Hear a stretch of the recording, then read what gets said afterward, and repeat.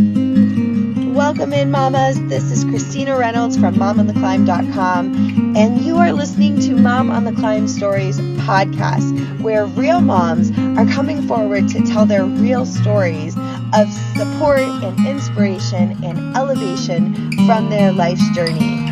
I am so honored and excited to be sharing these stories with you and collecting them, so sit back, enjoy, and let them elevate your soul. This story is called Rock Bottom Buddies and is crafted and told by me, Christina Reynolds. Now that I have a community of over 1.5 thousand women and I have a 5-year-old at home instead of a baby in the hospital, this story has been told quite a few times and is a lot easier to tell. But I remember like it was yesterday, sitting on the floor of a hospital hallway, and gross, right? I think about it now and I remember not even caring. I was such a hot mess. I was at such a rock bottom that I didn't even know if I could keep going, but I knew that I had to keep going. There were people that I loved depending on me to keep going. And I sat there yelling through my phone at a message thread that had 4 other women in it. And these women had befriended me when I moved to Colorado to save the life of our baby. And all of their kids had been through the same hospital and all of their kids were home. And so they all had something that I wanted. They had all overcome this living in the hospital, fighting for your kid's life situation. And that's what I wanted. I wanted my kid at home, saying the ABCs, eating some applesauce, laying in my bed with me or his own bed, and just enjoying what so many other people were enjoying. And I was feeling like I was missing out, and I had just reached such a bottom, such a low. And so I was yelling at my phone, don't they know how hard this is for us families and incompetent staff this? And I was in a mood that day. I was in a place, and I sent myself so much love without judgment, knowing how miserably difficult that season of my life was. Grateful for the knowledge today that it was just a season. So one of the moms basically took my heart straight through the phone, straight through the message thread, and said, Christina, nobody wants to work collaboratively with a crazy person. You sound frantic. Like, have you slept lately? Are you eating lately?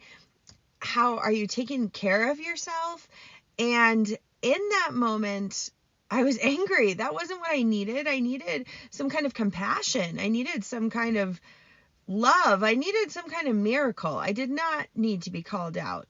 But that's actually exactly what I needed. And later that night, I was reflecting as I was spiraling, thinking about what she said to me over and over again, thinking, how dare she judge my journey? She doesn't know what it's like.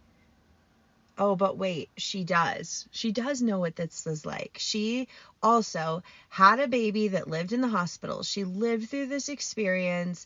Maybe, just maybe, she knows something I don't know, since she's a little bit farther down this journey. So I took what she said to heart, and she was right. I wasn't sleeping well. I wasn't eating. I wasn't hydrating. I was just a hot mess, expressed as I was walking around everyday life. And that was understandable. My kid was fighting for his life. We recently moved. And I always say that surviving for a time is okay. It's necessary. It's the ebb and flow of life. But at some point, you can grab a lifeline, grab a resource, and elevate. Get to a different place, learn something new so that you can level up to what the experience is calling for you to be able to do. And so that's exactly what I did.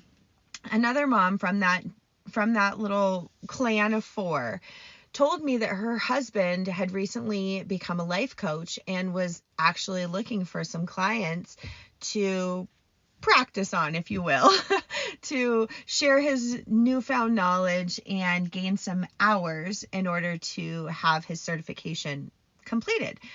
And so I was willing to try this out. I said, yes, I think I need some coaching. I think I need some life help. I need some resources.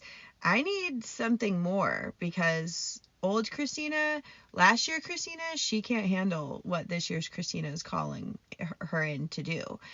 And so that was actually a transformative step for me in saying, okay, I'm going to grow. I'm going to level up. And so I started weekly coaching every single week on Sunday. I actually went out to my car because my family was so full of life and so full of noise, and my child is on a ventilator, and I would get distracted every time I would hear the ventilator beep or the feeding pump go off. And so my car outside was the only place where I could truly be alone with my thoughts and be alone with this phone call, this life coach that I was meeting with virtually. So week after week, we unpacked things, and he offered me questions that I needed to ask myself and figure out exactly who I was, exactly what I wanted, and how to start releasing the pieces of me that I had adopted out of necessity due to the circumstances that were in my life, but that were no longer healing me and that were causing pain and struggle. And so I did some magic sitting there in my car. And to this day, I'm still grateful for the work that I did on those phone calls.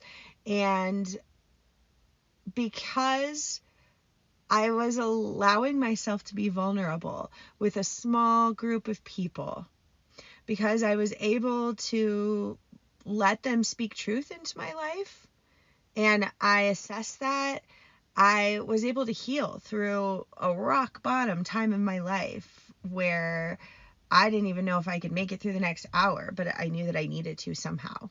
And I'm forever grateful for those connections. And so that's why today, as I speak to all the women and all the people that I speak to about elevating the various aspects of your life, regardless of your circumstances, I preach connection and community as a pillar to overcoming any circumstance, or if you're building a bridge from where you are to where you want to be, connection and community is a vital piece of that. They can show you your light on your darkest days. They can elevate you to a new place when you are in a rock bottom and you don't know how to get out. And they can just love on you when you just need somebody to love on you. You just need somebody who's not sucking the life out of you. Community and your connections that you have built will support you in